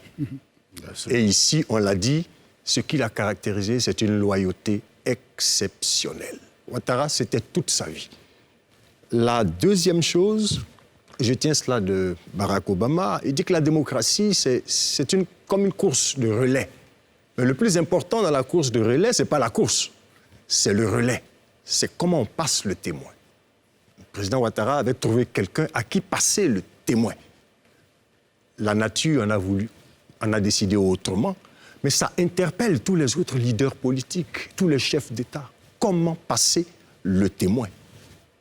Et la troisième chose, sur la mort d'Amadou Gon, pour moi, ça parle aux hommes politiques, ça parle à tous ceux qui font la politique et qui ont le sentiment d'être des dieux. Il y a ce qui dépend de nous, il y a ce qui ne dépend pas de nous. Ce qui dépend de nous, c'est tous nos calculs, c'est toutes nos stratégies. Mais ce qui ne dépend pas de nous, c'est notre vie, c'est notre santé, c'est quand on s'en va. La mort d'Amadou Gon nous dit simplement « vanitas vanitatum ». Tout est vanité. Donc il faut un peu d'humilité quand on gère les hommes parce qu'on n'est pas maître totalement de son destin. Merci, professeur Dion. Je vais me tourner vers vous, professeur Yao, avec l'Institut de formation Amadou Gon Coulibaly. La création de cet institut, il faut se rappeler, avait suscité des critiques, plus ou moins. Certains disaient que c'est précipité. Est-ce que c'est bien ficelé? Est-ce que c'est bien organisé? Est-ce qu'on a voulu faire quelque chose pour le faire? Un an après, quel est le bilan? Je voulais d'abord préciser que l'Institut de formation politique Amadou Gon Coulibaly était un institut, je dis, apolitique, ouvert à toutes les sensibilités, à toutes les idéologies. Tous les partis politiques? Tous les partis politiques, à tous les mouvements de la société civile, sans distinction. Alors, l'idée première, c'est de pérenniser les valeurs qui ont été reconnues à Amadou Gon Coulibaly. Je dirais d'abord rapidement deux mots, pour ceux qui ne connaissent pas bien l'homme. Amadou Gon Coulibaly, c'est d'abord un élève brillant, studieux, un étudiant qui a fait ses classes dans les meilleures écoles et les musées, tant en Côte d'Ivoire qu'en France, où il a fini ses études. C'est un brillant parcours d'abord de technocrate avant d'être un homme politique. Donc, créer un institut aujourd'hui pour enseigner aux jeunes comment entrer en politique, comment s'occuper des choses publiques en se fondant sur les valeurs reconnues à Amadou Gon Coulibaly. Une année après, je dis que le bilan est assez, sans nous juger nous-mêmes, assez positif. Nous avons commencé par la première promotion, qui était ouverte seulement à 200 personnes. Quand on a lancé les inscriptions, en une semaine, nous avons pu recevoir plus de 4000 dossiers. 4000 dossiers? 4000 dossiers en une semaine, pour lesquels nous avons retenu 200 pour la première promotion. C'est cette promotion-là qui a fini et qui a reçu ces certificats juste avant-hier. Sur les 200, l'Institut a des règles de fonctionnement. Seulement 94 ont pu être retenus pour être, gradués pour employer le mot anglais. Vous avez dit que c'est ouvert à toutes les sensibilités politiques. Alors, on est curieux de savoir, parmi ces 94 ou ces 200 ou même ces 4000 dossiers que vous avez reçus, on avait combien de personnes d'autres sensibilités, peut-être de l'opposition ou d'autres idéologies? Est-ce que vous avez ces chiffres ce soir? Non, on n'a pas voulu les catégoriser dans ce sens. D'accord. On n'a pas voulu les catégoriser dans ce sens. Mais cela fait partie de l'instruction, du secret de l'instruction des dossiers. Mais nous avons des auditeurs qui venaient de toutes les sensibilités politiques. Dans la première et même dans la deuxième promotion qui a commencé seulement hier samedi, nous avons des étudiants de tous les bords syndicaux, tous les bords, dans le domaine syndical, dans le domaine politique. Il n'y a pas de distinction du tout. D'accord. Il y avait une question qui m'avait été, avant de bien sûr de laisser la parole aux autres invités pour votre regard sur cet institut, il y avait une question qui revenait dans cet institut de formation. On forme qui? On forme des politiciens ou on forme, parce que c'est un institut politique de formation. Donc, est-ce qu'on forme uniquement des politiciens? Quand ils sortent, ils deviennent quoi? On forme des gens qui s'intéressent à la politique. Il faut bien qu'on définisse bien ce que c'est que la politique. D'accord. Faire de la politique, c'est s'intéresser à la chose publique, à ce qui concerne le fonctionnement d'un groupe d'hommes qui soient regroupés en village, en canton, en État, en royaume. Donc, faire de la politique, c'est ceux qui s'intéressent à ça. Donc, ce que nous formons, c'est d'abord ceux qui sont soit en activité dans le domaine politique, déjà, ou ceux qui aspirent à le faire, pour lesquels nous renforçons des capacités. Donc, dans nos méthodes de sélection, une des choses importantes, c'est la lettre de motivation. Qu'est-ce qui motive votre inscription à l'Institut?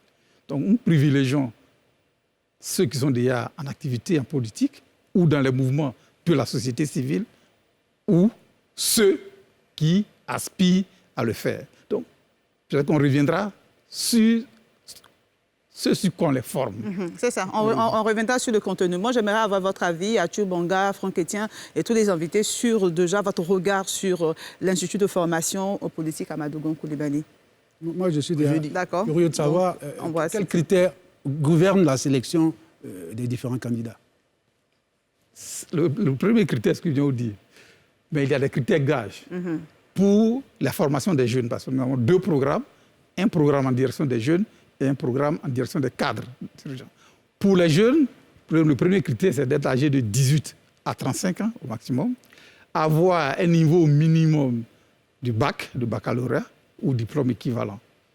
Et comme je l'ai dit, être intéressé par l'exercice de la chose publique, en y étant déjà ou en ayant un projet de faire. Voici les critères qui dictent nos sélections. Bien sûr, nous tenons compte du genre dans les sélections. Ah oui, c'est bien le genre. Oui, on a combien de femmes parmi les auditeurs? C'est vrai que pour les premières sélections, nous n'avons pas eu beaucoup de femmes, mais nous avons tout fait pour qu'il y ait un minimum, c'est-à-dire, comme vous dites, la discrimination positive, ce qui nous a permis d'avoir au moins le tiers de jeunes dames inscrites pour la première promotion. Arthur Bonga. Oui, c'est une excellente chose d'avoir. Moi, j'ai eu la chance, sur l'invitation du professeur, de donner 1 ou 2 modules à l'Institut de formation. C'est aujourd'hui, ceux qui s'engagent en politique, dans la société civile, comme l'a dit le professeur, ont aussi besoin d'être préparés à cela. D'être préparés à savoir dans le monde dans lequel ils vont travailler, d'être préparés à comprendre les difficultés, d'avoir des retours d'expérience. Et ça, ce genre d'institut, c'est nécessaire. Vous savez, souvent vous demandez à des jeunes leaders ou des jeunes de partis politiques, vous êtes de tel parti, quelle est l'idéologie? Ils ne savent même pas. Est-ce que vous avez lu une série, est-ce que le manifeste de votre parti? Non. Mais justement, dans ce genre d'institut, on revient sur cela, sur la formation idéologique, sur l'analyse de la géopolitique, de l'évolution de la nation, de la nécessité du rôle qu'ils auront à faire demain. Et ils ont des retours d'expérience, ils échangent avec des gens qui ont un background dans ce domaine. C'est quelque chose d'important pour ceux qui veulent jouer un rôle dans ce domaine-là. Donc, ce sont des choses, des initiatives assez intéressantes. C'est surtout des partenaires extérieurs qui le faisaient dans le milieu, certaines fondations. Aujourd'hui, on a un outil national qui s'intéresse, qui forme la jeunesse ivoirienne et qui va former sans doute des leaders de demain. Et puis surtout, c'est un outil de paix. C'est un outil de paix parce que beaucoup de nos crises surviennent parce que les personnes qui sont chargées donc de gérer la chose publique ne sont pas suffisamment outillées ou formées. Voilà. Surtout les jeunes qui s'engagent, je vais dire, dans la politique, beaucoup s'engagent sans connaître exactement les tenants et les aboutissants, mais de leurs engagements. Donc, à un moment donné, si on a de tels instituts donc, pour former, pour expliquer un certain nombre de bases, un certain nombre d'éléments, je veux dire, factuels, parce que j'imagine que dans cet institut, il y a des moments d'analyse de l'actualité, quand même pour permettre de briser, je veux dire, les préjugés, voilà, pour permettre de briser les préjugés, parce que ce sont les préjugés, en gros, qui nous envoient souvent dans les palabres, voilà, donc de briser les préjugés et de donner des acquis totalement solides, je veux dire, aux jeunes, ça va permettre quand même de suppléer un temps soit peu dans ce qu'on appelait dans le temps les agoras aussi, hein, parce que les agoras, c'était des formes d'écoles politiques, mais qui étaient informelles. Là, on a leur charme aussi. Hein. Voilà, qui avaient leur charme. Là, aujourd'hui, on a une école, on a un institut qui est formel, où des professeurs donc, de la trempe de Arthur Bonga vont aller enseigner. Donc, forcément, ça aura quelque chose de plus positif. D'accord. Professeur Dion? Je suis un peu dur avec ça. C'est-à-dire qu'il ne faut pas que les partis politiques soient des foyers, le mot un peu fort, mais je vais le dire, d'imbécilisation des jeunes. Ah oui, c'est vraiment fort. Et ça, c'est terrible, ça, parce que ce sont des propagandés. C'est-à-dire, quand on dit qu'il y a des écoles du parti, en termes d'écoles du parti, qu'est-ce que les jeunes apprennent? Absolument rien. Soit qu'ils servent de chair à canon, soit qu'on leur met des choses dans la tête qui fait qu'ils sont totalement bornés, braqués, au point où ils ne savent même pas ce que c'est que la politique. Ils ne savent même pas la constitution de leur pays. Ils ne savent même pas comment fonctionnent les institutions démocratiques. Ils n'en savent rien. Ils ne savent même pas que la politique, ça commence par l'apprentissage de la parole juste. Ça fait que quand il y a un débat sur NCI, on peut dire « Ah oui, notre parti a été invité, bon, on prend une jeune dame ou un jeune homme, on dit « Allez, va sur le plateau NCI ». Mais quand il débarque ici... Non, on a déjà payé les frais. Parce qu'il n'a pas été formé. Mais quand Evelyne lui donne la parole, mais il va commencer par remercier Evelyne, les maquilleurs, les maquilleuses et tout le monde. Mais parce que l'enfant n'est pas formé. L'historien est là, dans la Grèce antique, les parents payaient cher pour que leurs enfants soient formés au parler politique, avant de s'engager dans la politique. Donc il faut qu'on revienne à ces valeurs et vous verrez qu'on construit une culture démocratique avec des démocrates, pas avec des propagandés. D'accord. Professeur Yao, donc dans l'Institut, on apprend quoi? On est formé sur quoi? Justement, c'est ça. D'abord, la première chose, comme nous avons des auditeurs qui viennent de différents milieux, on fait une première mise à niveau, constituée de cours théoriques sur des grandes notions. C'est quoi une idéologie? Que veut dire de gauche? Que veut dire de droite? Etc. etc. Après cela, après tout ces cours, quelles sont les bases du fonctionnement des États? Quelles sont les différentes organisations des hommes? C'est quoi un royaume? C'est quoi une république? C'est quoi les autres formes d'organisation des hommes? Quand nous avons fini ces premiers aspects théoriques, nous allons maintenant vers... Nous ne vivons pas en autarcie. Donc, on voit l'histoire, par exemple, de la Côte d'Ivoire. Quelle est l'histoire politique de la Côte d'Ivoire? Comment ce pays a évolué jusqu'à aujourd'hui? Est-ce que ces partis que nous voyons, c'est nouveau? Qu'est-ce qui s'est passé avant ces premiers partis et comment ces partis ont fonctionné?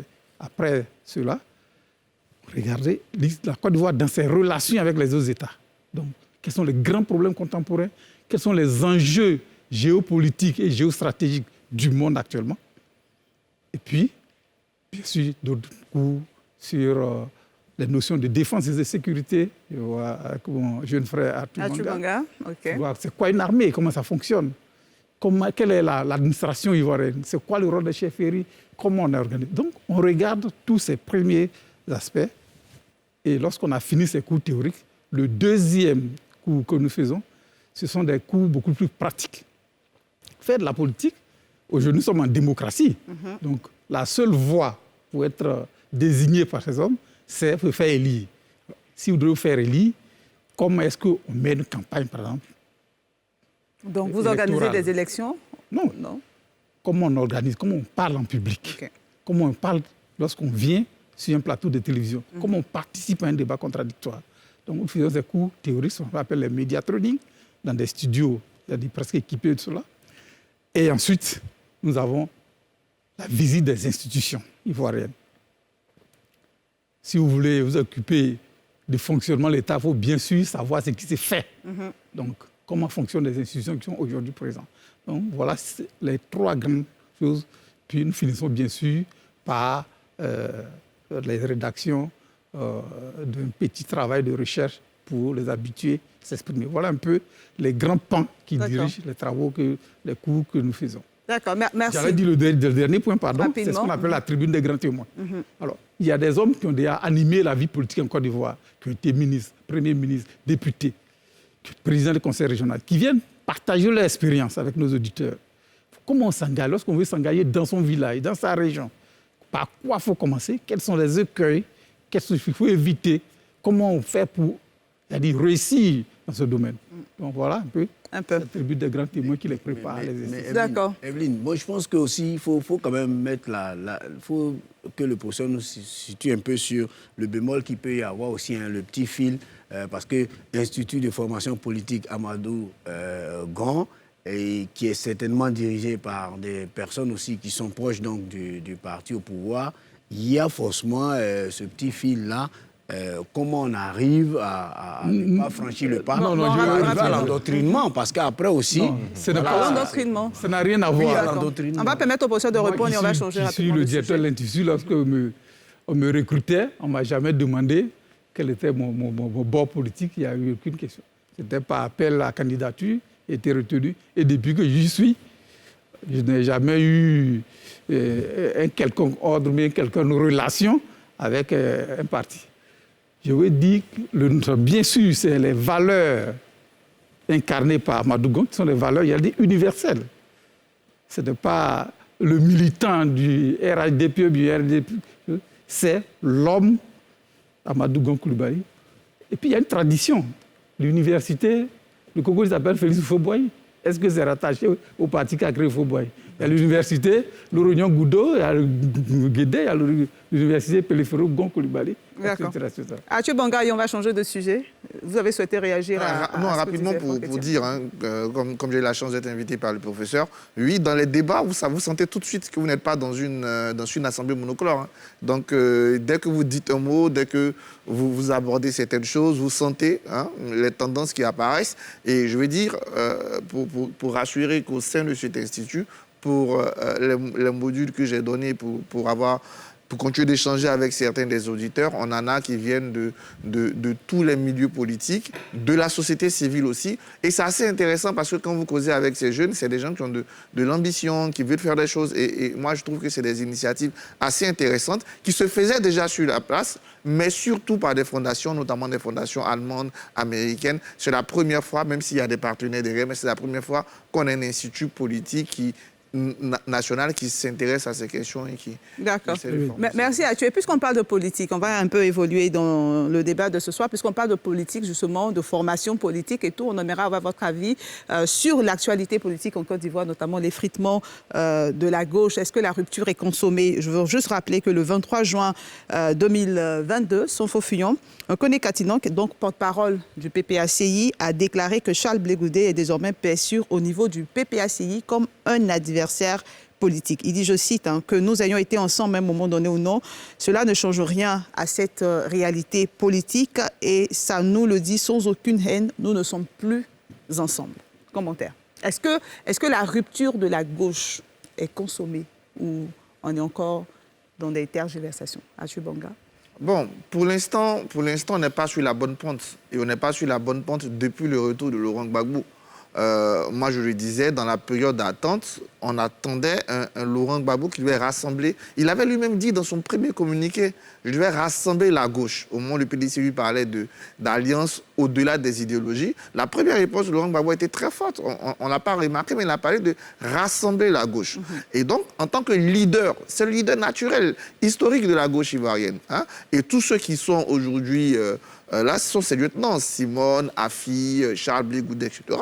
Mais quand Laurent Gbagbo est arrivé, pour moi, je l'ai dit ici déjà sur ce plateau, il n'a pas pris la voie du rassemblement de la gauche. Il n'a pas pris déjà en évitant le caillou qui était Pascal Affi-N'Guessan, ensuite en gardant Simone Yvet dans une sorte d'institution sans lendemain dans le PPACI, au point qu'elle quitte elle-même, aujourd'hui avec Blé Goudé. Mais on se demande, est-ce qu'ils ont conscience qu'ils sont en train de ruiner toutes leurs chances de qualification, et ne serait-ce que dans un second tour? Imaginez, vous arrivez à des élections, vous avez Laurent Gbagbo, Simone Gbagbo, Affi-N'Guessan, Charles Blé Goudé. Bon, Charles Blé Goudé encore qui a l'élégance de dire qu'il ne se présentera pas si Laurent Gbagbo est candidat, mais on verra d'ici là. Et dans l'histoire, c'était toujours des pertes. Il faut regarder ce qui s'est passé en France en 2002 et regarder ce qui se passe en France aujourd'hui quand Mélenchon a décidé de rassembler la gauche. On a une gauche lamino-présidentielle, mais qui est arrivée rassemblée comme la première force politique française. Donc, je pense vraiment que c'est de la responsabilité, à mon avis, du leader historique de la gauche de travailler à ce rassemblement. Aujourd'hui, c'est la responsabilité de Laurent Gbagbo de revoir sa façon d'entrer avec le PPACI pour avoir une formation de gauche qui va rassembler tous ces lieutenants, ce qui va donner plus de chances, soit à lui, soit à cette idéologie de compter dans le marigot politique. D'accord. Franck Etienne, qui est très impatient. Moi, je pense que employer le mot effritement de la gauche, c'est un peu trop tôt. C'est vrai que quand tu parles d'une mauvaise pente, moi, je ne dirais pas ça comme cela. Parce que n'oublions jamais les contextes. Aujourd'hui, soit on parle de la gauche, soit on parle des hommes qui animent la gauche. La gauche elle-même n'est pas effritée. Parce que ceux qui animent la gauche, aucun d'entre eux n'a démissionné formellement pour dire qu'il ne fait plus partie de la gauche. Donc la gauche elle-même, elle existe toujours. Charles Blé Goudé n'a dit à personne qu'il n'appartient plus à la gauche. Mme Simone Gbagbo n'a jamais dit aussi qu'elle n'appartient plus à la gauche, de même que Pascal Affi-N'Guessan et Laurent Gbagbo. Il se trouve simplement qu'il y a un contexte dont il faut qu'on tienne compte. Le contexte, c'est que la gauche ivoirienne, qui était donc incarnée par Laurent Gbagbo et le FPI, a perdu le pouvoir, mais à la suite d'une guerre. Et à la suite de toutes les guerres, je dis, quelle que soit la guerre, on ne sort pas de la guerre comme on sort d'un dîner gala. Donc, ils ne sont plus au pouvoir, ils ont perdu la guerre. Il y a forcément des suspicions, ce que j'appelle des suspicions légitimes. Et en France, il y a eu les mêmes choses sous De Gaulle. On a parlé des collabos. C'est-à-dire qu'à un moment donné, les 10 ans sans être au pouvoir, 10 ans en exil, 10 ans en prison, il y a forcément des suspicions légitimes. Donc, à la sortie de tout ça, il y a... Est-ce que dans le cas de la Côte d'Ivoire, on est dans les suspicions?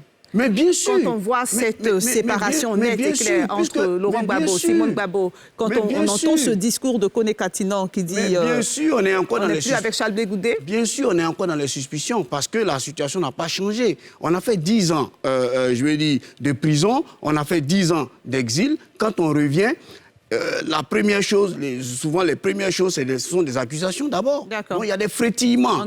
Mais ça ne veut pas dire que la gauche en elle-même s'est effritée. Professeur Dian. Alors, je ne sais pas si je peux parler de suspicion, comme dit mon voisin.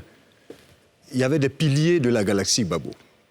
Et on constate que ces piliers ne s'entendent plus. J'ai cru comprendre que le problème de Simone Gbagbo, c'est une question de dignité offensée. Elle n'a pas remis en cause toute l'idéologie bâtie avec Laurent Gbagbo. Absolument. Dignité offensée. J'ai cru comprendre qu'avec Affi-N'Guessan, c'est un problème de succession immédiate. Affi-N'Guessan a dû penser que Laurent Gbagbo ne reviendrait plus, ou bien alors, en revenant, ne se positionnerait plus comme candidat. D'accord. J'ai cru comprendre qu'il a même proposé à Laurent Gbagbo d'être son vice-président avec tous les pouvoirs. Tout à fait. Machiavel dit que quand vous présentez à un bon leader une boisson agréable, le leader ne fait pas attention au parfum de la boisson. Il sait qu'il y a un poison derrière. Laurent Gbagbo a vu le poison de la boisson qu'Affi lui proposait. Il lui a dit non.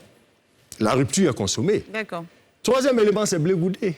L'interview de Blé Goudé nous dit clairement, et il n'a pas parlé à Gbagbo. Interview sur la nouvelle chaîne ivoirienne. Il a parlé avec Ali Diarra-Souba. Il a dit, je veux ma part d'héritage. Je crois avoir entendu cela. Donc il se positionne comme héritier de Laurent Gbagbo et il dit, tous ceux qui sont rentrés et qui font croire que c'est eux les héritiers, moi je me suis battu et tout le monde sait le combat que j'ai mené. Donc quand je rentre, je prends ma part d'héritage de Gbagbo et je mène mon combat. Voilà où on en est. Mais je terminerai sur le fait... Est-ce qu'il y a rupture ou pas, professeur? Il y a rupture entre les hommes. Dans l'État, il y a rupture entre les hommes. Comme on ne peut pas juger de ce que ça va être. Okay. Seulement, ce que je veux dire pour terminer, c'est que celui qui profite de tout ça, c'est qui? C'est un monsieur qui s'appelle Alassane Ouattara. Et je termine avec cette anecdote, si vous me permettez. Bien sûr, rapidement. Jean Bani, père son âme, qui a été ministre de la Défense sous Houphouët-Boigny, me dit un jour que, ministre de la Défense, il constate que les deux chefs de l'armée d'Houphouët-Boigny ne s'entendent pas. Il court voir le vieux pour lui dire, mais, monsieur le président, les deux chefs de votre armée ne s'entendent pas. Qu'est-ce qu'on va faire? Et le vieux qui lui dit, mais qu'est-ce que tu veux faire, Jean? Il dit, mais il faut qu'ils s'entendent. Et le vieux de lui demander, alors Jean, quand les deux chefs de mon armée vont s'entendre, ils vont s'entendre contre qui? Quand l'opposition et la gauche s'entendent, on s'entend contre qui? Alassane Ouattara tire son épingle de son jeu. Et s'il a la possibilité d'accentuer cette rupture, il le fera. Ambroise Tété, ça va être ma prochaine question justement, mais je vais la poser après. Ambroise Tété, rapidement. Je crois que Katina et Damana sont dans le sillage du président Laurent Gbagbo. Parce que quand il revient de Belgique, quand il revient de la prison suite à sa libération, je crois que c'est là qu'il a raté le coach, il faut le dire. C'est là qu'il a raté le coach, de mon point de vue. Au lieu de rassembler sa famille, il contourne Affi. Quelle maladresse. Quelle maladresse. Pour vous, la rupture est consommée? Oui, mais tout à fait. Non. La rupture est consommée entre Laurent Gbagbo et Affi. Pour moi, c'est clair. C'est irréconciliable. Maintenant, entre Blé Goudé et ceux qui suivent Laurent Gbagbo, mais on ne peut pas déjà dire qu'elle est consommée, mais c'est du fait du chef. C'est de sa responsabilité, comme l'a dit Arthur. Il adopte la même attitude qu'il a eue quand Afi était au pouvoir. Afi tenait le FPI. Quand la fronde a éclaté, alors qu'Afi se débattait, entendant que Laurent Gbagbo mette de l'ordre, rappelle les frondeurs à l'ordre, jamais il ne l'a fait. Jamais il l'a fait. Au contraire, c'est allé crescendo. Jusqu'à ce qu'on arrive à ce qui est arrivé et que la rupture soit consommée entre les deux. Donc, aujourd'hui, au lieu de rappeler ses lieutenants à l'ordre, il ne le fait pas. Il les laisse s'attaquer frontalement à Blé Goudé en espérant encore... parce que dans sa tête, Blé Goudé est un adversaire aujourd'hui. Franck Etienne, j'aimerais donner la parole au professeur Yao, qui est directeur d'un institut politique de formation. Voilà. C'est un cas pratique. Hein. Moi, je regarde ça et je regarde l'histoire politique de la Côte d'Ivoire. Pour moi, c'est un non-événement. Okay. Les alliances, les mésalliances, les défections, surtout quand les partis sont dans l'opposition, sont quelque chose de régulier. Regardez tous les autres partis politiques. Ils ont traversé cette période. Que ce soit le PDC, l'ancien RDR, le RHDP, avec une nouvelle configuration, et tous les autres. L'UDPCI, tout le monde a connu à un moment donné les défections de certaines têtes forces. Et très souvent, quand on revient au pouvoir, on revient faire alliance et la vie continue. Donc pour moi, je ne veux pas l'analyser dans les détails. Je pense que ce sont les soubresauts qui sont dus à un passage au contexte qui est là. D'accord. Merci. Arthur Banga. J'essaie au mieux de me discipliner. Oui, ça je l'ai constaté. Félicitations Arthur. Félicitations, parce que je l'ai constaté. Voilà. On est tous d'accord. Ça bouillonnait tout à l'heure. En fait, mais personne, pour parler à Franck, personne n'a dit que l'idéologie de gauche n'existe pas ou bien qu'ils ont renoncé à la gauche. La gauche, c'est un ensemble politique. C'est une force politique. Aujourd'hui, elle n'est pas unie, elle est effritée. Voilà. C'est simple. Aujourd'hui, vous êtes parti à une élection en 2000, en 90, en 95, en 2000, il y avait un seul parti politique de gauche. Non, justement. Il y avait un principal parti. Après, un principal, il n'y avait pas les autres. Les autres n'ont jamais même participé à des élections réellement. En 90, il y a eu que le FPI. En 2000, il y a eu encore que le FPI. En 2010, il y a eu encore que toutes ces tendances. Donc, il y a un truc qui est clair. C'est mathématique, c'est historique. Je vais donner des exemples. Mais le premier exemple de fracture de la gauche, c'est en Allemagne, entre le KPD et le SPD, avant la Deuxième Guerre mondiale. Entre justement les gens d'extrême gauche communiste et cette gauche réformiste. Ça a amené à l'arrivée au pouvoir de qui? De Hitler. Si le KPD et le SPD restaient unis, Hitler ne prenait pas le pouvoir. Prenons la France en 2002. Qu'est-ce qui fait perdre? L'ensemble des voix de gauche permet à Jospin de gagner largement. Mais tu as Chevènement, tu as Taubira, tu as Jospin, tu as Robert Hue du PCF, tu as il y avait l'écologiste dont j'oublie le nom.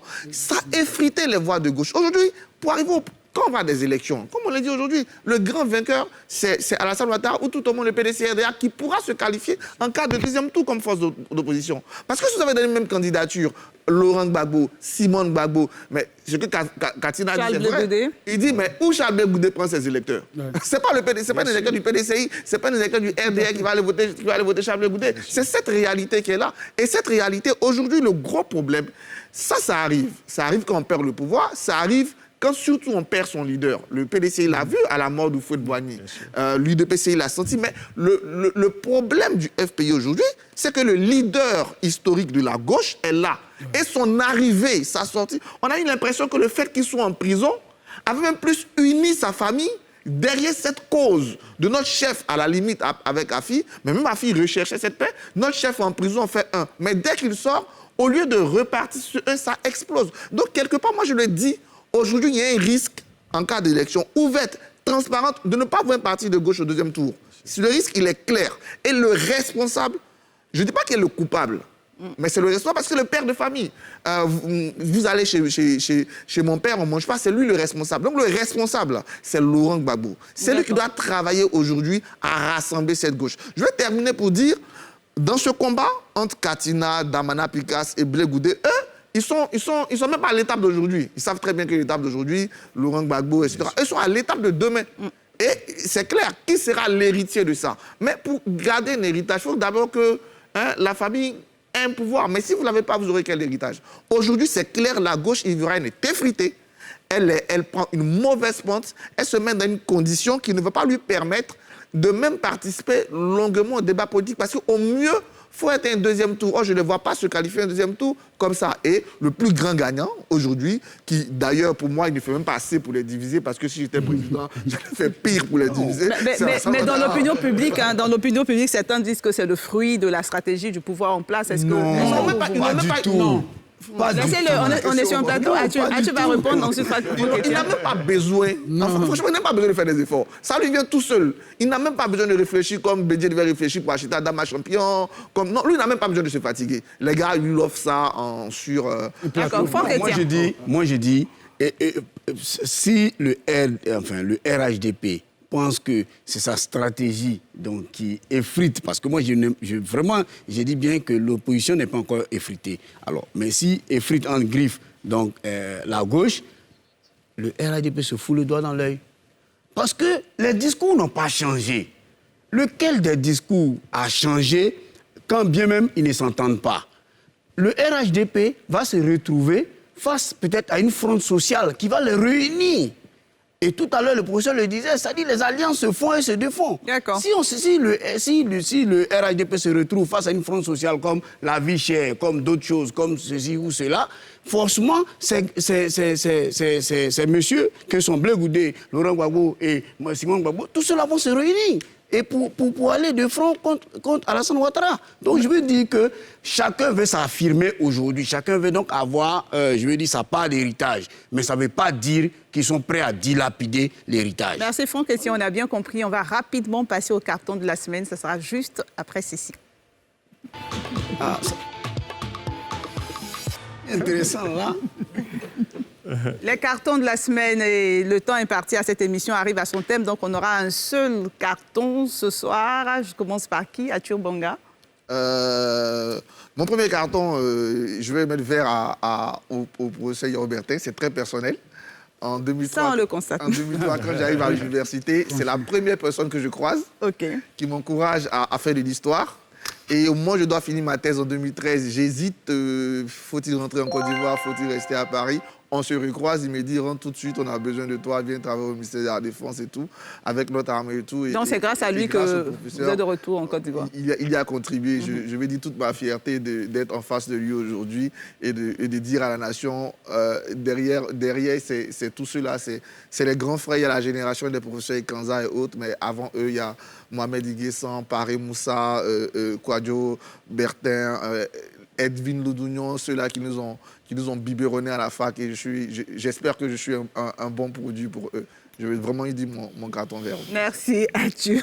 Franck Etienne. Moi, je voulais donner un carton vert donc, au Premier ministre, Patrick Hachi, qui a organisé donc, récemment à Bassam, mercredi et jeudi, un séminaire pour présenter Côte d'Ivoire, la vision Côte d'Ivoire 2030.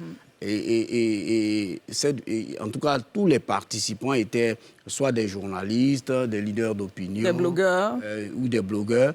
Je veux dire, ça va permettre quand même qu'on ait un tableau de bord pour suivre effectivement ce qui arrive. Mais en même temps, on les interpelle sur la mise en œuvre effective donc, de ce beau tableau de bord qu'on nous a présenté. D'accord. Professeur Dion. Alors, la semaine dernière, j'étais beaucoup de cartons verts ce soir. J'étais à la tour A, à la cité administrative.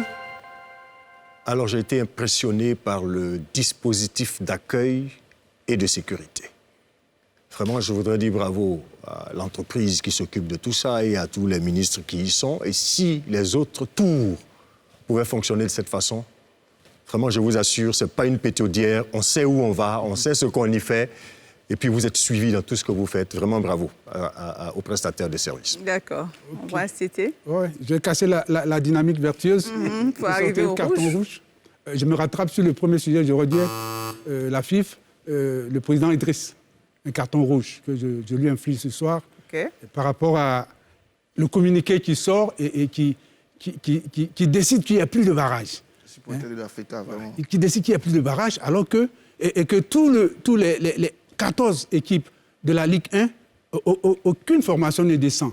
Alors que sur 14 présidents, il a réuni les présidents du club. Sur 14, 11... On note bien le carton rouge, on ne va pas refaire le débat, c'était le premier sujet de cette émission. Sur 14, je n'en 11, sais pas plus, voilà. je ne sais pas si c'est un supporter.